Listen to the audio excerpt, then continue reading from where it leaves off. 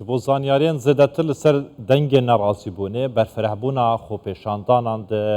bajêrê Swêdayê yan parêzgeha Swêdayê ku bo roja dihemîn e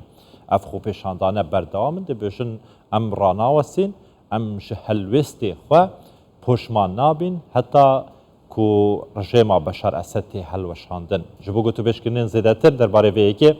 min mêvanekê ye Berez Cebir Eşşûfî nivîskar û çalakvanê siyasî ji bajêrê Strasbourgê yê Fransayê li gel me ye. Berez Cebir êvar baş tu bi xêratî ji bo Kurdistan 24 destpêkê nirxandina we bizanbim li ser van xwenîşandanên Swêdayê.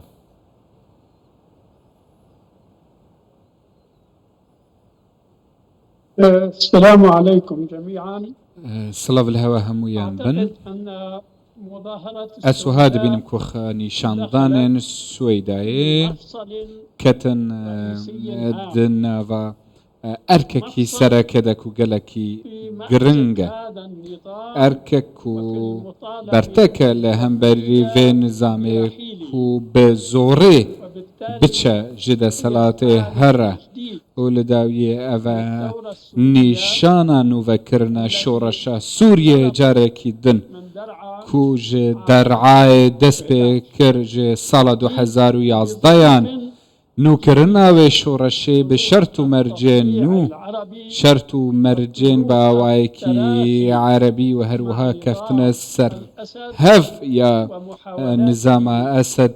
کو دخوازه هول بده چاره سریکی چه که چاره سریکی ناف دولتی کو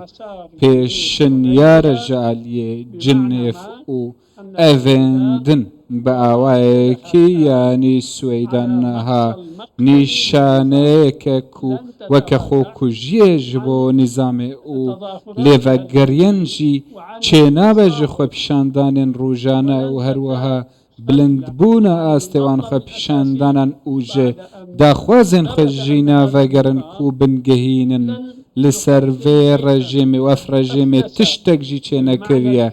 کو جهر تشتی والا بویا او نکاره تشتکی پیش کش بکش جبو هولتین خوین سوریه جه خلکن سویدایان جی شنین واجارندن این سوریه نها امل آستکین به تمامی کو سیستم و نظام پیوسته بچه جوان توانین کو کرنه لسر هولاتین سوریه جگرتن و کشتن و در پراندنی کو 13 سال دبن وی که لسر هف بردوام دکه لورا نها چاره سری لسوریه تونه ایلا کو سیستم و نظام هر Berez Cebir de kurdawariya me da axiftinek heye dibêjin evî mastey mûyeka tê de ew maste mûyekî tê de eger wergir bûte wergirte zer zimanê erebî. Beşek ji şirûvekarên siyasî hindek siyasetmedar bi guman temaşeyê van xwepêşandanane dikin. Dibêjin ev 12 sala dengê nerazîbûnê xwepêşandan li Sûriyeyê heye. Çima xelkê Swêdayê niha rabûye serpêyên xwe dengê nerazîbûnê nîşan didetin. Di demekê da bi milyonha xelkê Sûriyeyê bûye qurbaniyê azadiyê. Hîn xelkê Swêdayê ne çima hîn niha daketîne ser cadeyan?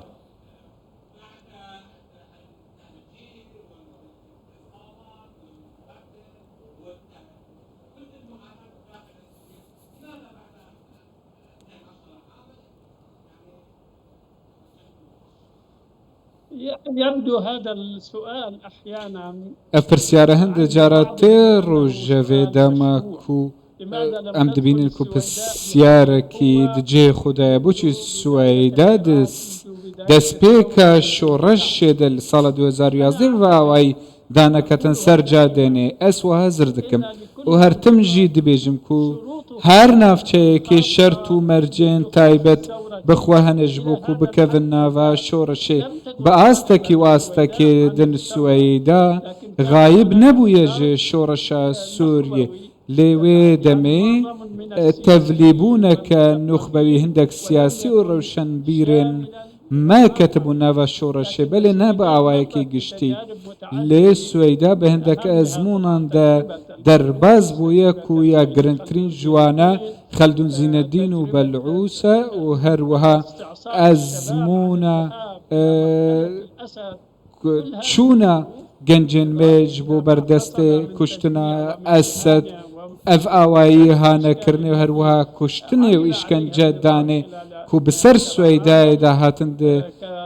وان 12 ساڵاندا ژعالیێ دەست سەڵاتێدا و ژعالیێ وان ڕێخستنێن کو لە ئالیە دەسەڵاتێنە و خەلکێ دگرن و دبەن و ددزن ژعالیە دەستگەیەن ئەو لە هیێ ئەوان هەمویان وەکرد و حجەتەکێ بدن دەستێ خەلکێ وها هەزر بکن و ئەگەر ئەف دەسەڵات چارەسەریەکێژی پێشکەش بکە خەلکێ ڕازی ناکە ji bo wan evên ku digel desalatên yan jî opozîsyonne lewa ev xwepîşandan ji bo Swêde ji bo hemû xelkê Sûriyayê jî belê باشه بەرە جەبر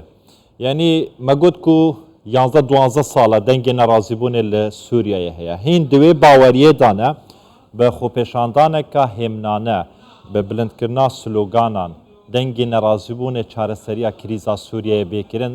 bê destwerdana derekî xwe bi hezarahan bu milyoneha xelek dake ser cadeyan îtir tiştek nehate gorîn di rojeva Sûriyeyê de bi van xwepêşandanane bê piştevaniya derekî piştevaniya welatên zilhêz wê tiştek li Sûriyeyê bê guhertin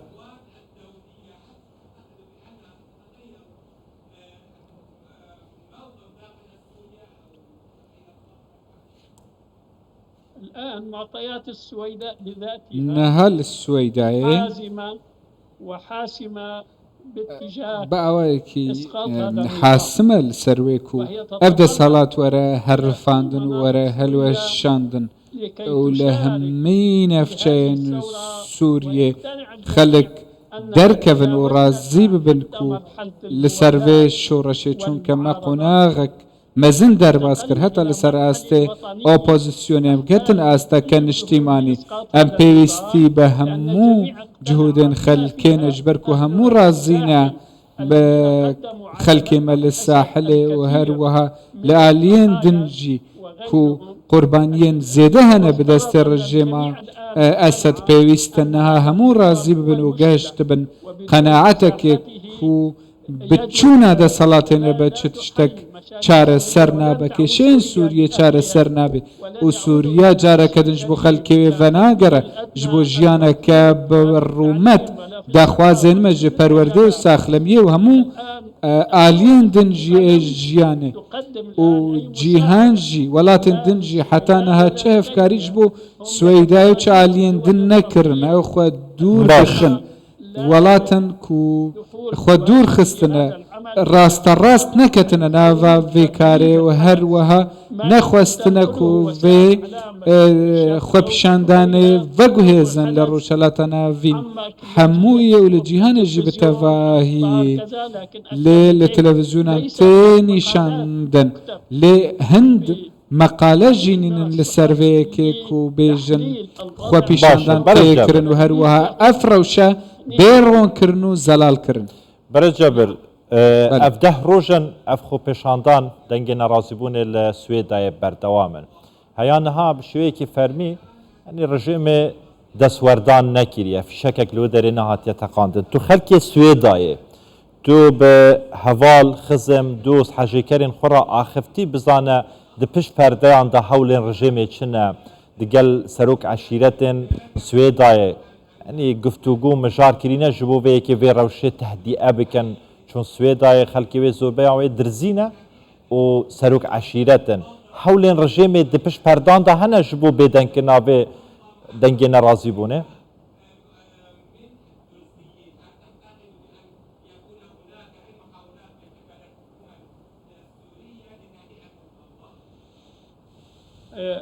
أضيف هنا أن السويداء دخوازم تشتكي زيادة بكم كو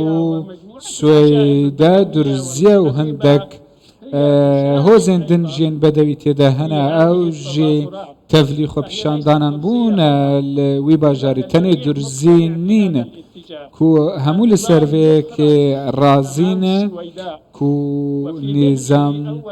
دربك و خلق السويداء وهاد بينكو أفروشانا هاد چيبوي لولات جخويني وهروا مجزرين كو چيبونا ند صالحي كسيدانا وهروا پشتوانية وانا يكرن لسر أستي دولتي ناف دولتي سويدا كتينا و موقفك محرج دا كو سيستم جي نكار بأوايكي لزگين وكشي چار سر بك او دخوازن هندك چاكسازي وهندك خزمت گزاريان پیشکش بکن لسر دست وسیط خواه روسیا و هزر دکن که اوه چاره سر بکه لگنجین ما زیده دمن دو خبشاندانان ده و هر وها تکزیه دکن که امه بردوامیه بدن و رینادن بچه چاره سرین دمکی و بشی که چه ببن لسویدای رنگ او بخوازن بریا هندک کسن کو خانه نشان و هر وها بومبن غازی بکار بینن دو خبشاندانان ده هر وها دز ببن جبو هوزین وی دفره لی همویان پیگ و تشتکی ناده دز جبو سیستمه بلکو اوه دز ده اوکو